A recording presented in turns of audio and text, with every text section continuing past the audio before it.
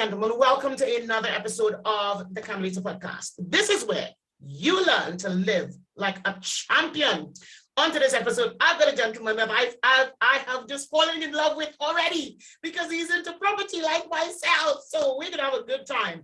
Dave Young grew up in a small town in Ontario, and I absolutely love Toronto, but always had big ideas and big dreams. As a teenager, he became fascinated, like me, in real estate and bought his first apartment at 25. While developing his portfolio, as we say, he launched a real estate technology company. Now, I really want to know about that because that's so anti from sort of the physical thing of real estate, to help shift organized real estate communities into how they can better what they do. A chance call with a friend, he became a partner, regional partner, in a house building network called Alair Homes. So he'll tell us about how that works. Today, he's a regional partner and business coach in 5 different regions across North Carolina, South Carolina, Manitoba, and Eastern Ontario. In 2021, Dave and co-host Duane Johns, and I've seen, launched the Builders Nuggets podcast. Ooh, right up my street. And they bring leaders and thought leaders and contractors and builders and people together to share rewards and what to do and what not to do in business. Today, he's married to Tarlene for 17 years. They have 3 teenage daughters, and he's got an amazing escape in Exuma in the Bahamas, which is beautiful. He loves playing hockey and skiing and boating and just adventures. But more importantly, he has a heart to help other people truly live their champion life. So welcome to the Carmelita Podcast, Mr. Dave Young. Wow, you've given me goosebumps just with the intro. I feel pumped up already. I feel like I should be walking around on stage or something. Thank you. That was beautiful. This is our virtual stage, darling. Dave, come on. Yes. Property to IT, how did that come about? Oh my goodness. Well, it was sort of by accident. I fell in love with real estate when I was young. My parents had bought their first rental property, just a 2-unit. Actually, it was a single family home that they decided to rent out. And I was 11 or 12 years old and just helping out around the property, cleaning and stuff. And as you'll learn, I'm not really that handy, which is funny because I work with a building network. And that's a different story. But I saw what they were doing. My parents explained to me, you buy a home, you save up some down payment money, the bank pays for the rest, you fix it up, you put the residents in there and look after it, and they pay the rent and all the expenses, and you get to keep what's left over. And I watched them do this a couple times, and then they actually went into real estate and started to scale it a little bit more. And I knew by the time I was in high school that this is what I wanted to do. I thought that this became a great way to establish wealth and create some financial freedom. Yeah. So I went into real estate, and I learned, as you heard, I actually bought my first property at 20. Oh, I was right before my 25th birthday. And it was a bank sale. It was a waterfront home that was a bank sale. And when I say home, it was barely a home. It was like run down. It was a bank sale in the middle of winter. You couldn't even tell how deep the water was, except there on the edge of the property, there was the owner had built an Olympic-sized diving tower. So I was pretty sure that I had deep water. So anyway, I bought that for $80,000 and sold it for $120,000. And I just thought, wow, I had cleaned it up a little bit and repositioned it a little bit. And it wasn't anything fancy, but it gave me the confidence in the seed money. Yes. And through a chance encounter, I at a picnic table, I met an owner who I knew, who knew my family, and I asked him if he was interested in selling his building, and he said, "Yeah, as a matter of fact, we are." And he ended up the group who owned it held some vendor financing for a second mortgage, and I was able to get started. But so I had a bit of a career in real estate. I left Midland. It was a small town, great, but I thought if I don't get out of here, I will not have experienced living somewhere else aside from when I went away from university. So I got lured by the city and the thought of living with friends down in an exciting urban center that Toronto is, and an opportunity came up to work on a mapping project that was before Google Maps even. And a family member was running a company, quite an innovative company that had aerial imagery. And he approached me and said, hey, could you come and consult with us and see what we could make with this?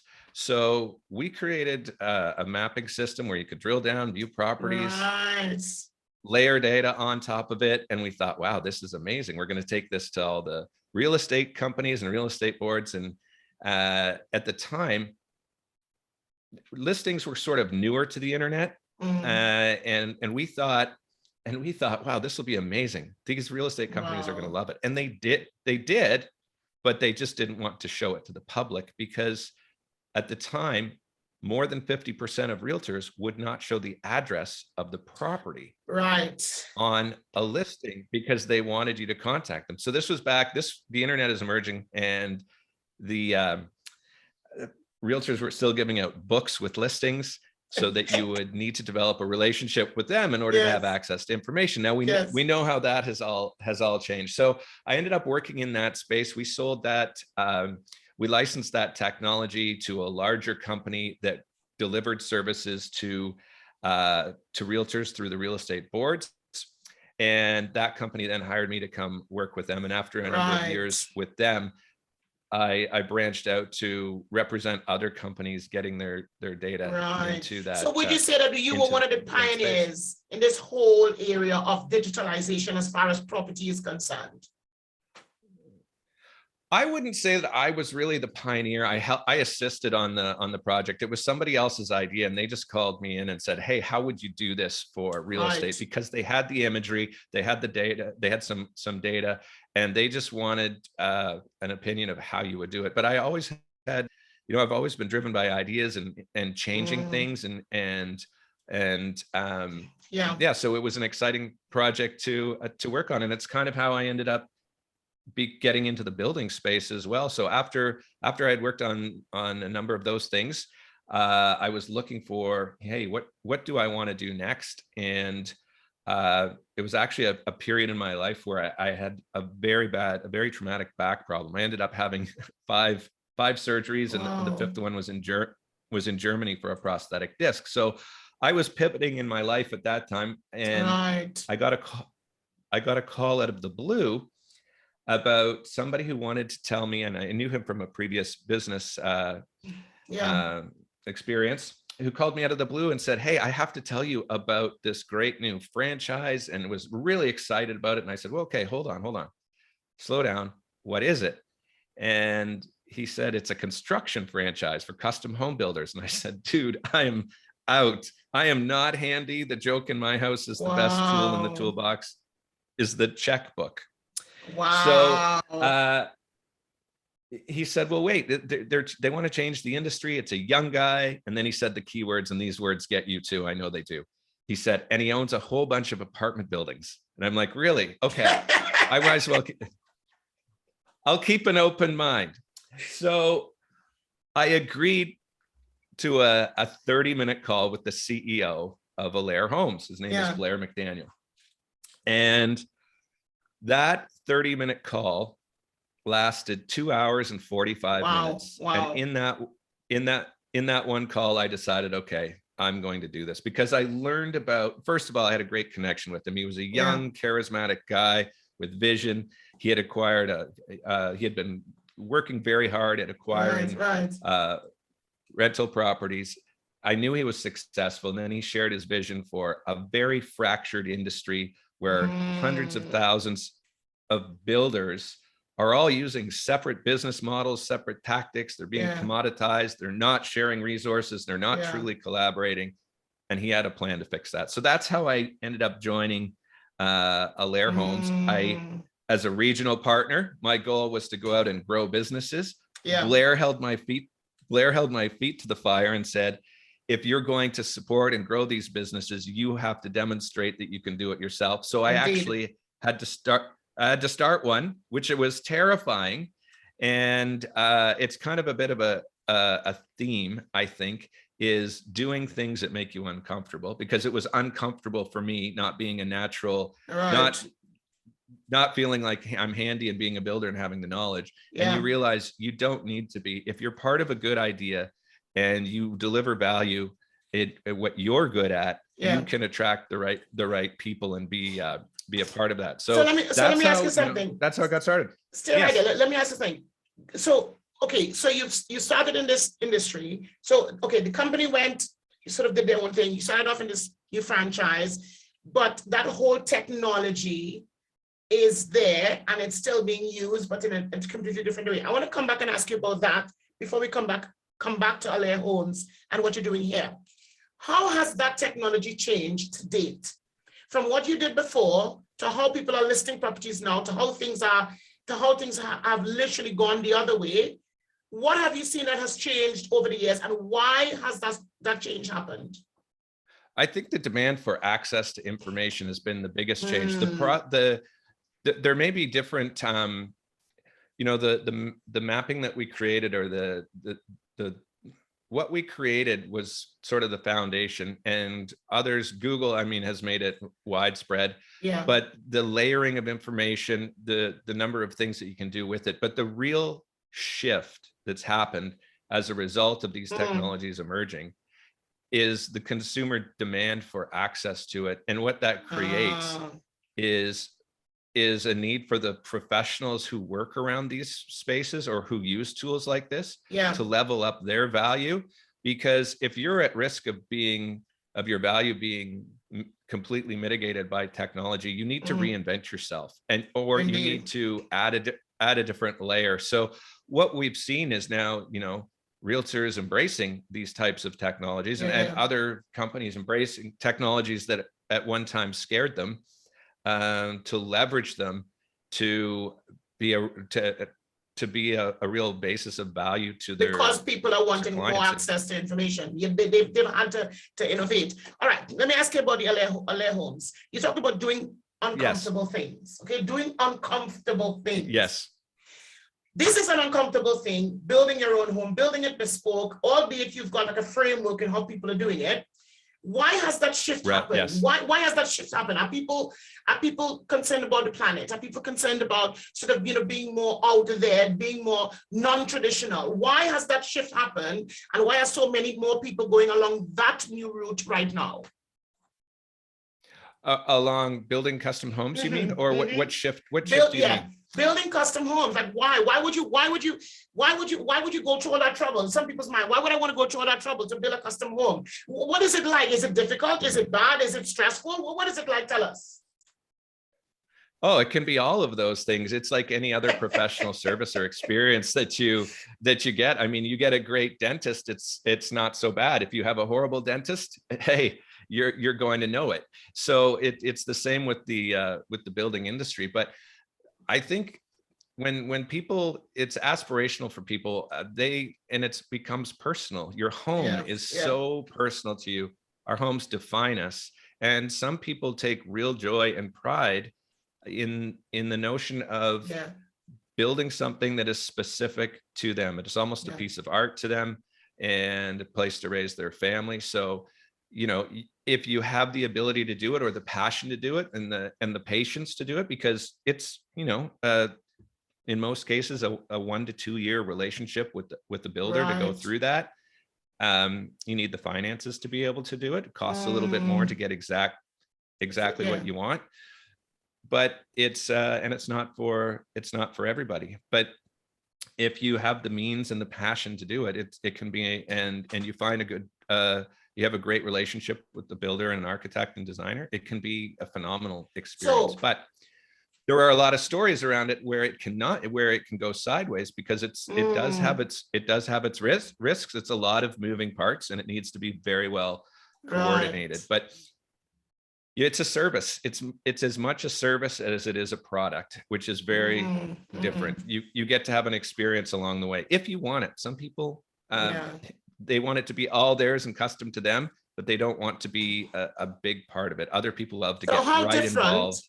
How different are you from the other builder, or like the other custom build sort of home design. How different are you? Are you focused more on the climate stuff? Are you focused more on renewable energy, reusable products? How different are you from the other person? Why would somebody want to come to you than those other companies? Yeah, it's the focus is not on necessarily any of those things unless the client focus is, right? So the biggest part of the custom experience is that the world is the client's oyster. They can have whatever they want. We build we build our clients' houses with our clients' money. If you want it in your home and it's safe and it's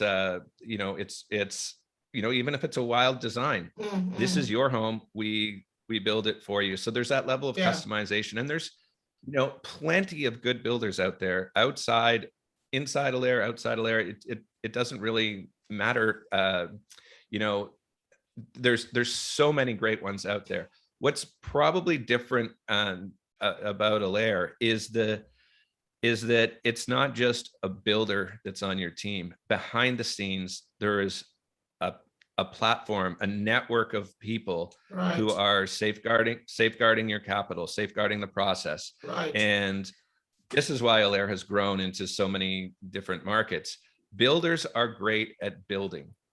Many of them are not amazing operators. And even if they are, it takes so much of their time to manage all the pieces. So you can imagine how many facets within a construction company there are. You have sales, marketing, operations, safety, all these sorts of things going on together. And as a business owner, you have to wrangle all of those. It's like trying to raise frogs in a wheelbarrow. You get your hand on one and the rest are jumping out. You're constantly working inside your business. And what Blair recognized was that there's all these great builders out there. They have all these different models. They're not leveraging their services. He decided that he would harmonize all of this with consolidation and put the best minds together. So the network grew, from 3 builders deciding that they were going to collaborate and leverage services to this network or mothership of amazing people that are dedicated to accounting, working on your accounting. And to have that backstopping you, and to have marketing professionals working on your marketing. Builders don't necessarily love to market. Some of them do, some of them don't. But the point of it is to have just a robust platform with amazing people so that your business just plugs into it. And I liken it to when you to a roadway. You start out, you're on a dirt road in your business, and you decide, I'm going to stop, and now I have to pave it. And you make new investments and you pave. Now you've got a paved road. And then you decide, well, I need to widen this thing. So you stop, you put another lane in and you pave it. Well, if you've got a great builder who's already there and they can get on a 50-lane superhighway, what could they achieve with their business? So I've been fortunate that I've got to see people come into the system, coach builders coming in, see the success that they had before, and then just watch them supercharge that through plugging into this with the right people. And they have champions doing their marketing. They have champions writing their policies and procedures and having all that stuff mapped out for them. So it's hard to know where to go when you're an island in your business. But being able to plug into that, and then with that comes a measure of accountability. You're held to certain standards through contracts, but also through a peer group that you don't want to let down, and the mentorship and mastermind that comes out of everybody working on the same system, but still having their own personal business. We all use our own trade partners. We use our own architects. We use whatever products and services we have relationships around. So it's really powering you behind the scenes and allowing a builder to go out and work on their craft instead of working on the stuff that they need to run a business. And it's interesting because every other industry has gone through this consolidation, every single one. It's just that custom building is so complex. How has that, this whole dynamic, the pandemic happened. how has the pandemic affected the dynamics of this? Were people still building? Were people sort of putting it on the back burner? Because I know in the UK, we bought a lot of property during the pandemic because everybody else was at home watching Netflix and we were buying property. So we were. And so we found it, the builders were still working and they were super busy because everybody needed a builder at that point. Mortgage companies and banks, obviously, they were at home. So we were struggling to get them and the lawyers to talk, to do things a lot quicker. How did that affect this business, your business? Well, same thing. And it went through different phases. At first, there was a shutdown, especially in Canada. We had real lockdown and everybody paused to figure out what's the right thing to do. Right. We didn't know. I mean, it's been 100 years since a pandemic like this, and everybody paused and said, okay, what do we do? We went into lockdown. It was safety first. The US was more open than Canada. After the pause, we saw, hey, this could go on. Yeah. So a lot of people decided to invest in their homes because they were all stuck home together, and they realized, hey, let's do something about this right now. Indeed. So when you combine increased demand and a decrease in the supply chain and a decrease in an available workforce and limitations to how many people can be on a job site, now you have all these factors coming together. So you have a lot of competition for resources, some resources scarce, and it results in high activity and shortages. So in order to keep everything going, costs just went up. So I think we're at a stage where we're going to see some corrections, but we're going to have a period of inflation as well. And you were smart to hustle while interest rates were low, while everybody else was. Yeah. So it may be there may be a slight drop in prices coming, but if that happens and you've secured your money long term at a low interest rate, you're still going to be ahead because you'll be able to ride it out and you'll have enough principal reduction through that period. Yeah. Absolutely. Oh God, yeah. We were literally going. I remember one day we were waiting. It took like 6 months to get a mortgage through because of that whole thing. Everybody's at home and what's going on. And I remember the pandemic. We weren't even going to see properties. Like we weren't even going to view properties. We were buying it online because nobody was in the office. So we were calling them up. We like this number, this house. Can she said no viewings, fine. Can we put an offer in? We bought the house over the phone without seeing it, because we couldn't get into the house. But we didn't care, because at that point, people were almost like, they were almost giving away the houses because they were like, we need to sell this house now. We don't know when the lockdown is going to happen. So we were just saying, fine, we'll have it. How much are you going to? We will buy so many. Oh.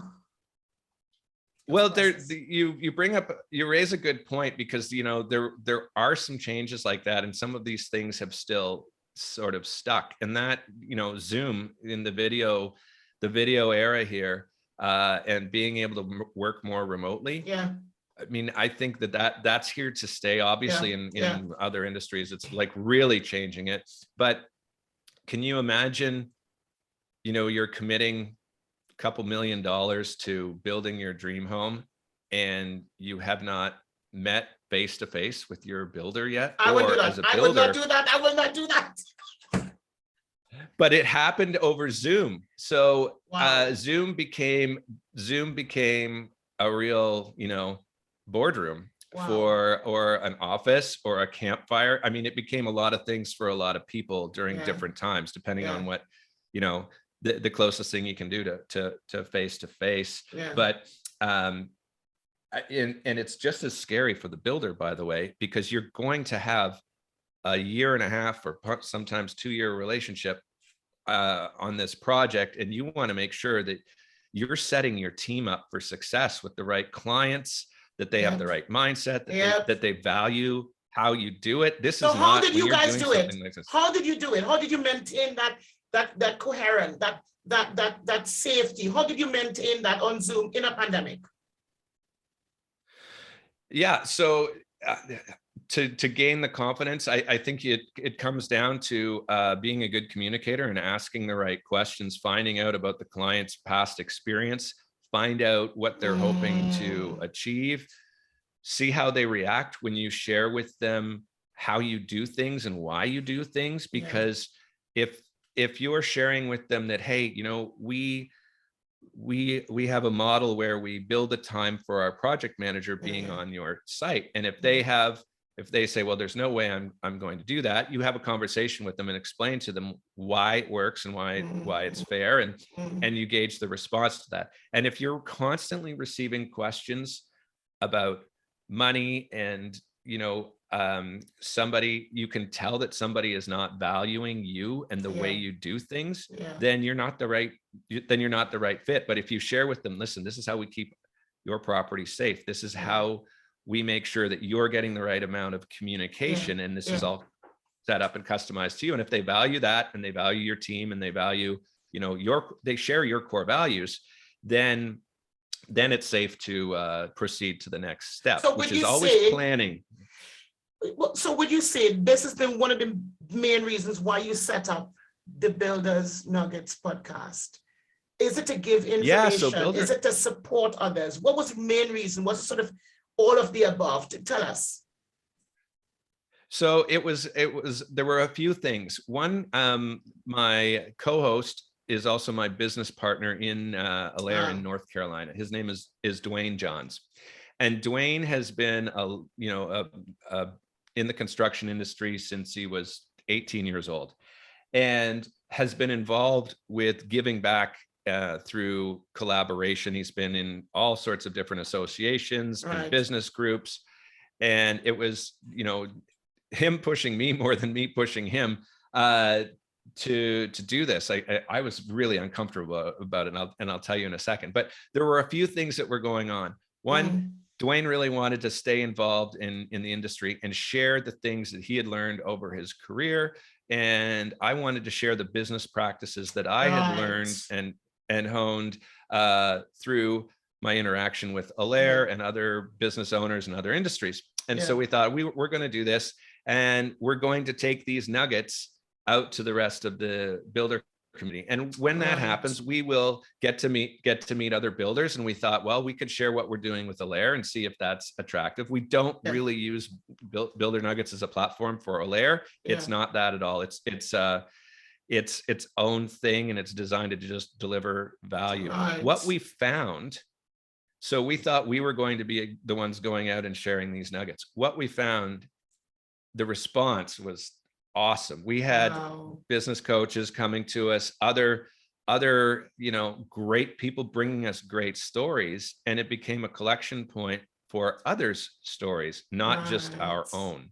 And that's where the laws of abundance start to take over. You share what you know, you give, and then you end up getting back so much more than you contributed. So it's been amazing, Carmelita. Like you know it from what you do and the guests that you have on your show. You start out deciding you want to give, and you end up getting way more than you expected, and the momentum and opportunities come from that, new relationships come from that. And it's fun to connect people who are meeting through your community. There's all sorts of things that happen when you share like that. So it's been really fun. I mentioned that I was not terrified, but I was uncomfortable doing it. I know I've been talking away like crazy. One-on-one, I love to have a great conversation with somebody, but put me on stage and I'm uncomfortable. And I like, you know, smaller rooms and more intimate relationships. So for me, it was like,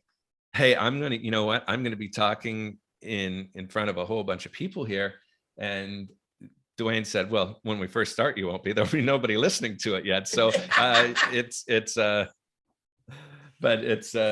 it's cool to see the progress that it's made and the interesting people that we've got to connect with. And we started out sharing things that we'd learned about construction businesses, but because of all the amazing coaches we've met and people from other industries, and I joined Strategic Coach through this during the same period, and all the learning coming together at one time, it's just so invigorating. It is. And again, you meet people you wouldn't have otherwise met had you not done this. You get ideas, you get opportunities. I mean, as I was telling you before we started, a whole working holiday in Barbados because of being on the podcast. Yeah. I've got a speaking engagement. I'm speaking at Forbes School of Business and Tech, one of the summit speakers in September, all because of the podcast. You know, so it's interesting. We did an episode with a builder named Evelyn Ratcliffe, and we did an episode called Building in Barbados, because she took her family and for months lived in Barbados and ran the operational side of her construction company remotely. So, you know, that almost brings us back to what we were talking about earlier in Zoom. It wasn't just clients. You know, if you can set yourself up to be a technology to do that, if you have the systems in the background, the processes, the mindset, and a team of champions, you can be a champion from anywhere in the world, which is exciting for entrepreneurs, because so many times you get chained to your business. If you're willing to think like an entrepreneur instead of just a business owner, then you create these types of opportunities for yourself. But first you have to create the opportunity for the other people who are championing those things while you're away. And then it's funny, I was talking to a builder yesterday on our podcast who's going to Bali for 6 weeks. And I said, what does your team feel? How does your team feel about you going away, getting to go away for 6 weeks? He says, I think they're happy. I think they're glad that I'm getting away, because they're getting me out of here. And it's true. People love autonomy, the opportunity to have impact.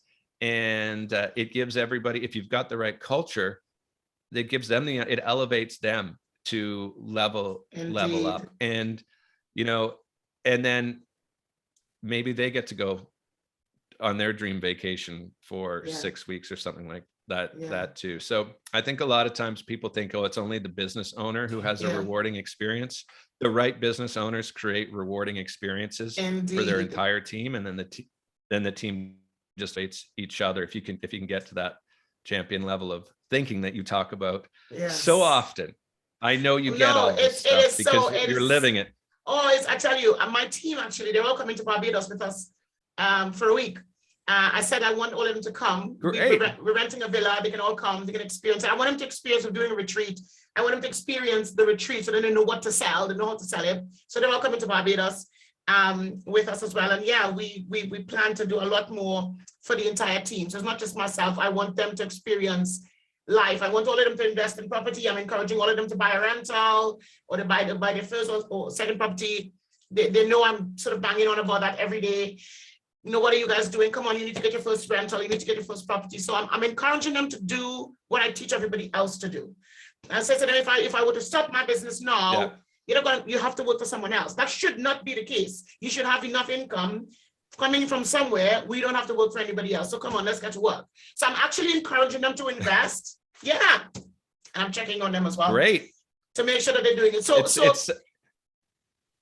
it's a genius move, because it's, you know what, it's proof, right? People love to be included, and you change it from being your mission to our mission. Indeed. By bringing people into that thing. And we were talking about it before too, sharing your success. Your success isn't always financial. Your success can be in relationships. Indeed. Your success can be in following your purpose. Indeed. Having a team that values how you share those things is fun. I have an amazing team that I get to work with as well. We've done some of those things. We've had a retreat in a pretty nice location, and it just brings everyone together and uplifts everyone. And creating a team where they don't just want to leave the mission, or not want to leave the mission, or they don't want to leave for more money or something, a better cell phone package. Yes. But they can't leave each other. They don't want to leave each other, right? Yes. So when you get that, it's magic. You see the championship sports teams, many of them came together and played for that team. Yes. So that they could become champions, and they recognized it, and they play for less money, so that because they're committed and passionate. So if you can find that, cultivate that, and have people that help to elevate you and your thinking and are experts at their things, at their particular passions. Those are their unique abilities. It's amazing to surround yourself with that, because as a team, you could do anything. Oh, I love it. I love it. So Dave, as we're closing off, how can people reach you? How can they get in touch with you? How can they listen to your podcast? How can they get in touch with you if they want to know more about Alair Homes? Tell us. Sure. So the podcast, easy to find. We're online at buildernuggets.com. Same with Facebook or Instagram, and on LinkedIn. You can download episodes from any of your usual podcast locations. We're everywhere now. Alair Homes is ALAIRHOMES.com. We have offices in Canada and the US. And I'm on LinkedIn, Dave Young 13. And you're welcome to reach out if you want to talk about anything to do with growing your business. And it doesn't have to be necessarily a contracting business either. We've had so many people tell us, you should have called your show Business Nuggets. It's really about building businesses, not building homes. And the guests that we have come from all different industries and all different specialties. And it's really about how to create more freedom in your life by building a more rewarding business. So I encourage anyone to tune in or to reach out. And thanks so much for having me, having this time with me here. What's something that you're excited about aside from your team retreat coming up? What haven't you shared with somebody else yet? I'm buying an Aston Martin. Okay, that's good. That I'm excited about. That is exciting. Good for you. Good for you. And not from my pocket though, but from my investments, as I teach everybody else to do. Right. Good. Following your own advice. Yes. And you know what? If you want to have a rewarding business, or when you do have a rewarding business, rewards are part of it, and something that can be celebrated and shared with others. I know that sometimes there's stigma around that, but having a rewarding business, creating meaningful opportunity for other people does allow you to, enjoy reward that you get to share with others. Because most entrepreneurs that I know that have been successful, who do things like that with whether it's special properties or vehicles or boats or whatever, they tend to share them and go and include others in those experiences, or they are motivated, just like you just described, to help other people achieve a similar level of success so they can enjoy similar rewards. And we should all just celebrate whatever a reward is to another person, celebrate that it's rewarding to them. And that's amazing. But you know what? One of the first congratulations. Thank you. One of the first things we're going to do is take Andrew's parents, one by one, Andrew's dad, for a drive, because he wants to go and have a ride in it. And we're taking the neighbors' kids, because so we're taking the neighbors' kids to go for a ride in it so that they can dream. Absolutely. You know what? Success and seeing things like this can be very motivating and exciting. And there's, I often use or look at somebody else's success and say, wow, I wonder how many people they helped, wonder what things that they did in order to achieve that. And there's that's putting some positivity around it and taking the stigma out of it really helps to use it for personal motivation instead of being jealous or envious. Make it inspiring. It's a choice. I tell you what, Dave, what I say to people when they say, oh no, you bought this, you bought more property, you bought a massive holiday, you go in first class, you buy a Range Rover, and we bought a brand new Range Rover autobiography as well. And they say, you're buying an Aston Martin, and this, are you showing off? I said, listen to me. When I was hustling on the public dump in Trinidad at the age of 13, where were you? When I was in London homeless, when I came to this country, where were you? When I was eating cornflakes for dinner, going to law school, where were you? When I didn't have a fridge because I was investing and making sure I kept every single property, and I didn't have a fridge and I was putting my stuff outside, where were you? Don't come and complain to me now about what I have. You didn't live my life, so don't even bother. And they shut up.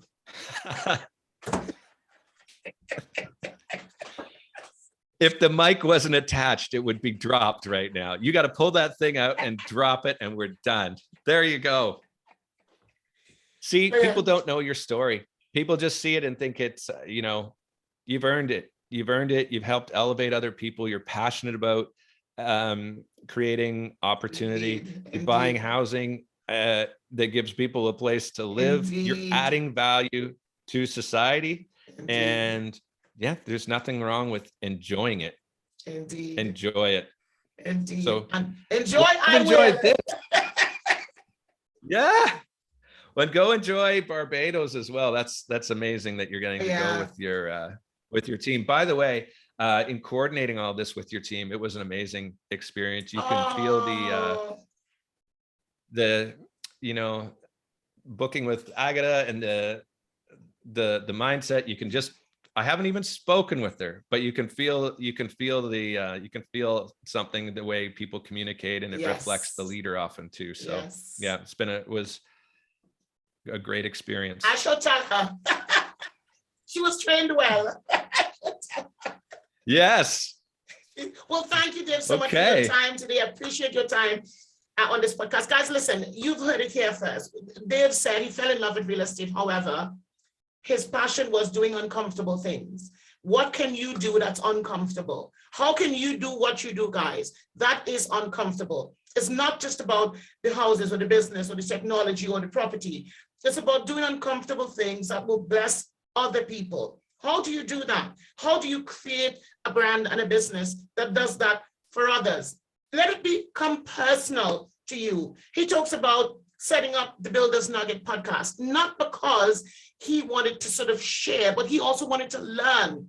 Are you willing to learn more? Then visit the Builder Nuggets podcast and chime in, subscribe, so that you can get all the upcoming stuff in which they're planning to do. And he talks a lot about creating opportunity for other people. Reach out to him today, Dave Young at buildernuggets.com. Find his podcast, go to alairhomes.com, find him on LinkedIn, Dave Young 13, and send him a message and just say, look, Dave, something you shared really touched me, and I'd like to learn more, I'd like to know more. Reach out. It's not just about homes, as he says, it's not just about property. It's about business nuggets, period. If you are ready to live your champion life, and what Dave said resonates with you, so that you too can have a rewarding business, find him, visit, and get it done. This is Carmelita here from the Carmelita Podcast saying,